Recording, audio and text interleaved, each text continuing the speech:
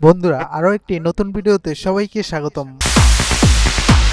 ভোলা জেলার স্থলপথের উত্তরের শেষ সীমানা মেঘনা নদীর পাড় দিয়ে বরিশাল বিভাগের মেহেন্দিগঞ্জ উপজেলায় যাওয়ার পথেই তুলে ধরার চেষ্টা করব এই মেঘনা নদীর পাড়ের মানুষের জীবনচিত্র।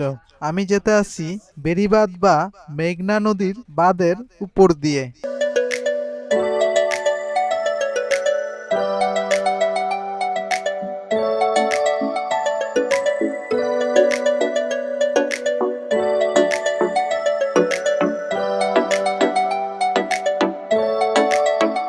যাওয়ার পথেই দেখতে পাওয়া যায় এরকম সুন্দর দৃশ্য। মূলত মাছ ধরার জোবা এখন শেষ, এই জন্য মাছ ধরে এসে মাছ ধরা ট্রলারগুলো সহ মাঝি ও ভাগিরা নদীর পাড়ে এসে বিশ্রাম নিতেছে।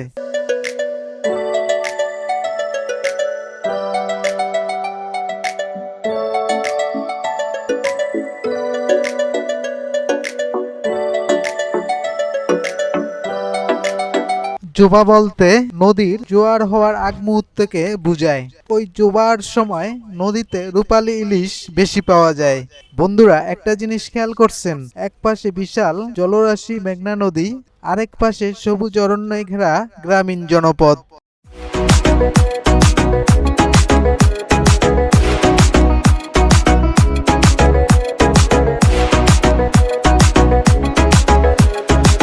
এই নদীর পাড়েই এমনও পরিবার আছে যাদের এই মেঘনা নদী 10-15 বার বা তারও অধিক ভেঙে তাদের সয় সম্বল কেড়ে নিয়েছে।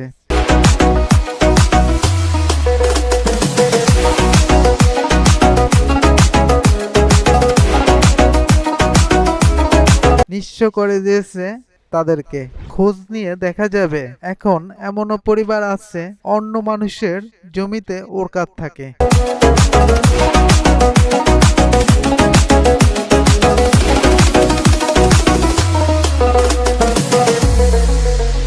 এই সমস্ত পরিবারগুলো এই মেঘনা নদীতে মাছ ধরেই জীবিকা নির্বাহ করে।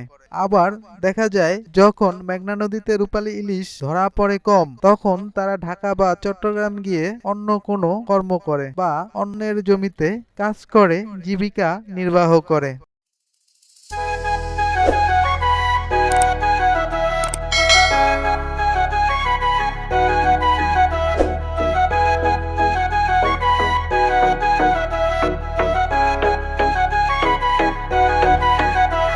তোমায় মাঝারে রাখিব ছেড়ে দেব না, তোমায় মাঝারে রাখিব ছেড়ে দেব না। এই জায়গাটার নাম বানিয়ারচর। আগের দিনে এইখানে হিন্দু সম্প্রদায়ের বানিয়া যুগীরা বসবাস করত। তারা চলে যাওয়ার পর এখন যে দল ক্ষমতায় আসে সেই দলের লোকই এই বিশাল জমি ভোগদখল করে। এই জায়গা খুব রিস্ক। কিছুদিন পূর্ব এইখানে লোক মার্ডার হয়েছে।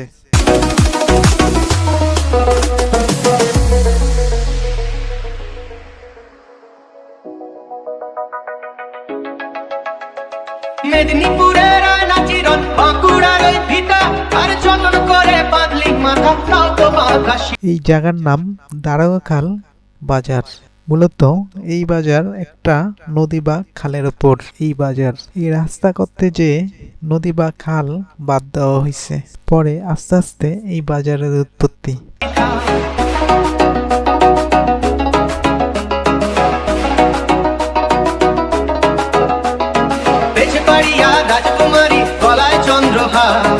মূলত উপকূলীয় এলাকা। এই এলাকা যখন ঝড় তুফান বন্যা জলোচ্ছ্বাস হয় তখন এই উপকূলীয় এলাকায় প্রথম আঘাত হানে। দিনে দিনে বাড়ছে তোমার চুলেরই বাহার, কালো জলে কুচলা তলে ডুবলো সোনাকা। দেখা যায় এই মেঘনা নদীর পারে অনেক বাতাস, কিন্তু ভিতরে লোকালয় বা গ্রামে কোনো বাতাস নেই। শুকনো মৌসুমে এই মেঘনা নদীর পারে ভালোই লাগে।